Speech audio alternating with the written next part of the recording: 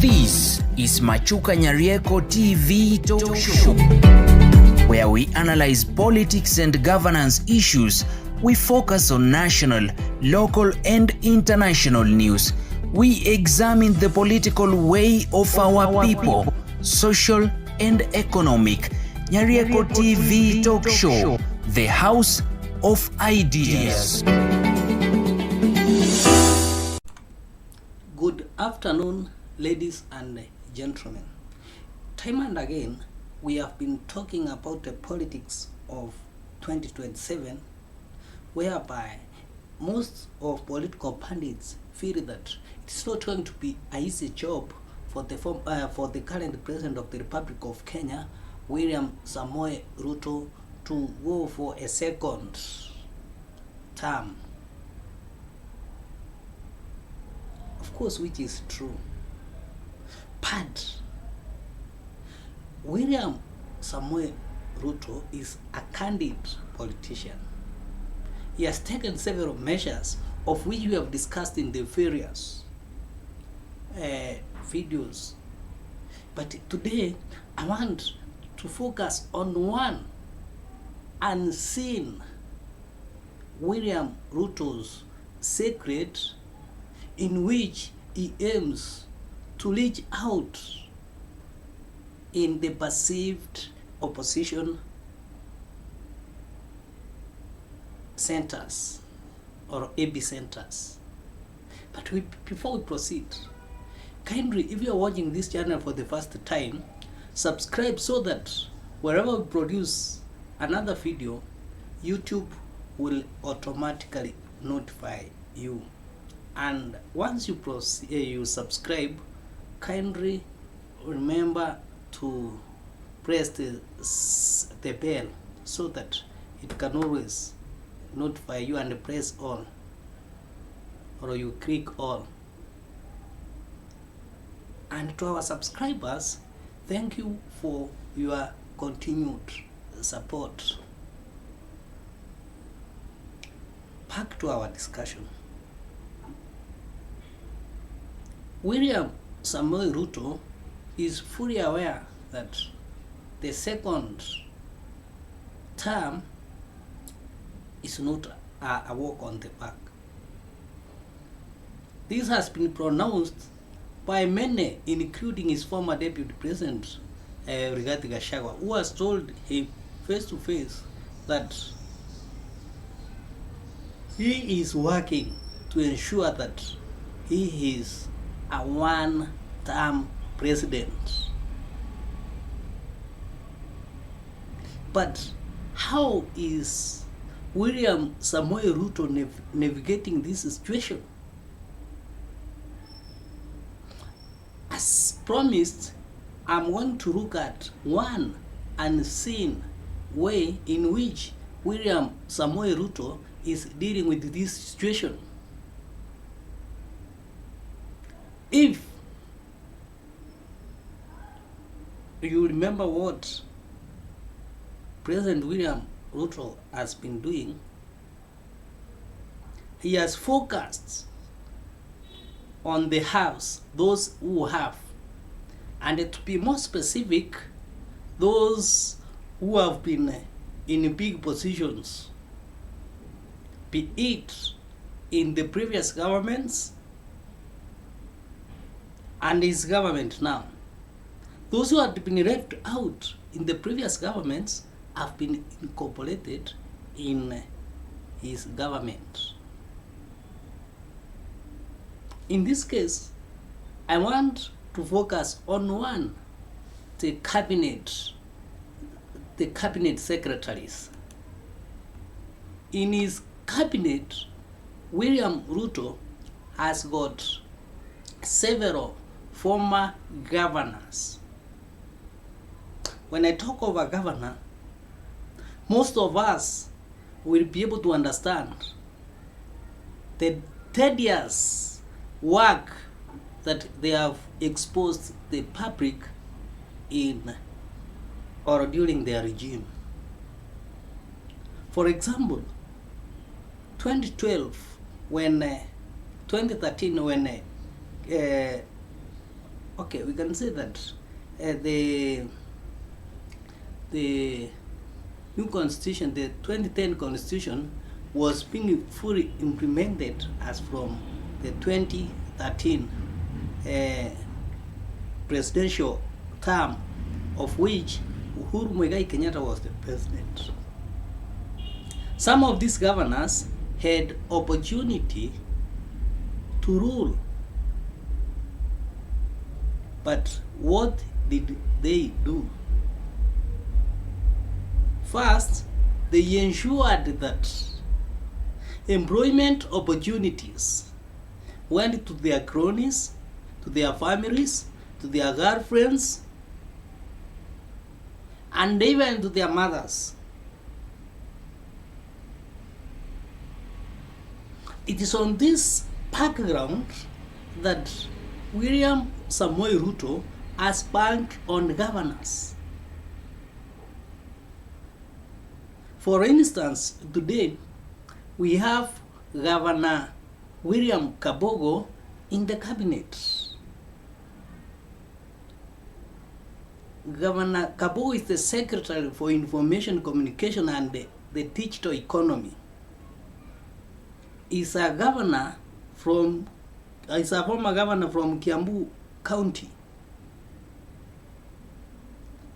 Is a man who was very influential during his tenure. It's a man who was deployed what I had earlier said in relation to employment and tendering or procurement. We also have another man by the name Ri Kinyanjui.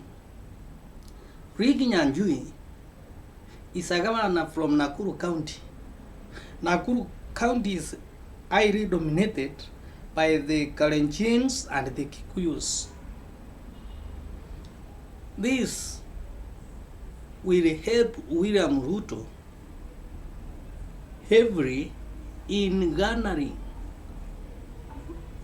several votes in areas that are perceived to be extremely difficult for him.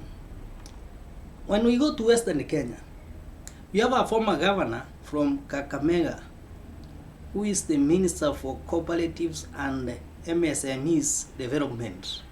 That is Wycliffe Oparanya.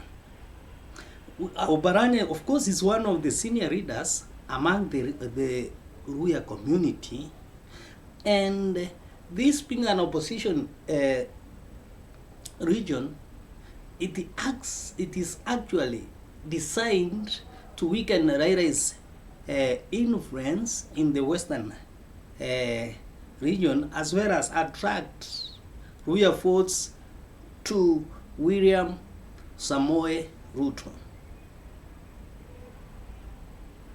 Of course, whether it works is a question of another day.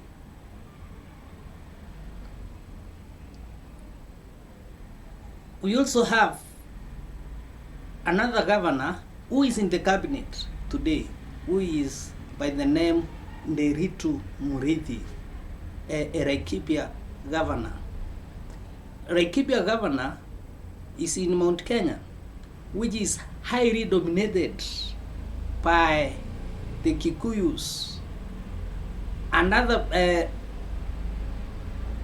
other communities that reside in that area.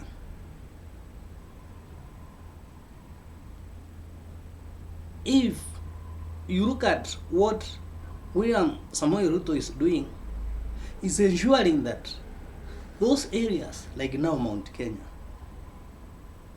those individuals who have been in position, like Nderitu Murithi, they have assisted one or two or three people, and that chain will come up with a good number of people from the mountain. That means is disrupting the mountain. We also have Salim Mufuria from Kwale County. He's a former governor from Kwale County. This is another method in which William Samoei Ruto is trying to reach to those areas that were traditionally opposition strongholds by making sure that he is incorporating them in his government.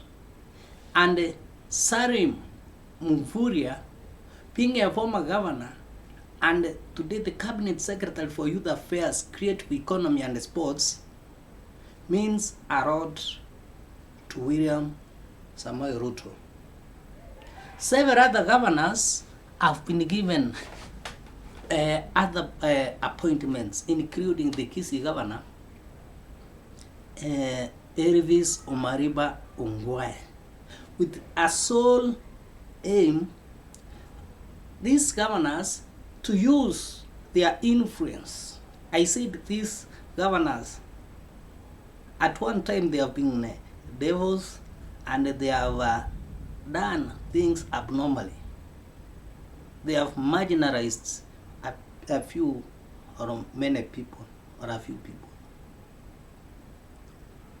The beneficiaries of these governors are likely to listen to them because they have a feeling that once this government continue, we will succeed. Another governor from the coast, which is also the opposition, or is perceived to be an opposition area, is Hassan Joho, who has been the governor for Mombasa for, of course, 2 terms. This shows that William Samoei Ruto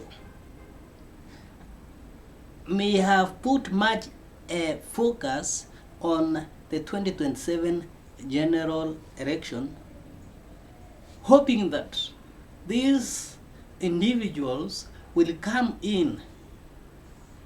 These individuals will come in with support come 2027.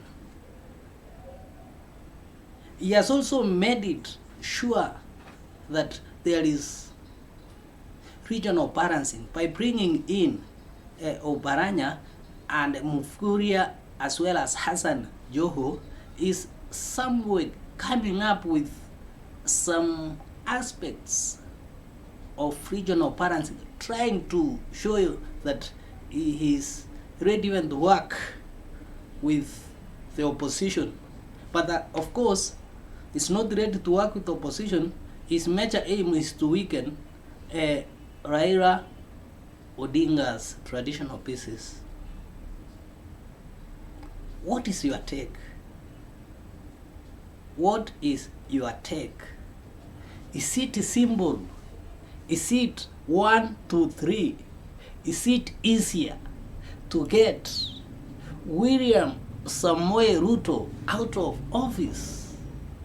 Having given you examples of governors have been ruling an entire county for either 5 years or 10 years. And now they have been incorporated to his government, both from the perceived areas. Like now from Mount Kenya we have the Laikipia governor, Nakuru former governor, and the Kiambu former governor. What does this mean? Will this man walk out of Mount Kenya without any vote? Will the people of Mount Kenya listen to these people? Will the people of Kwale listen to Mvurya? Coast, will they listen to Hassan Joho? All with the people of Kakamega listen to Wycliffe Obaranya? As well as those other appointments that have been given to the former governors at specific areas. One important governor that I had forgotten, who is a CS in the cabinet, in the current government, is that Alfred Mutua. So from that just simple analysis, you cannot just underrate William Samoei Ruto, knowing very well Rift Valley or former Rift Valley province has been rocked up. You cannot go there and campaign. Probably that explains why you hardly see the son of the former president Daniel Toroitich Arap Moi, that is Gideon Moi, make any movements. What is your say? What is your take? Machuka Nyarieko TV talk show, the house of ideas. Thank you for your continued support.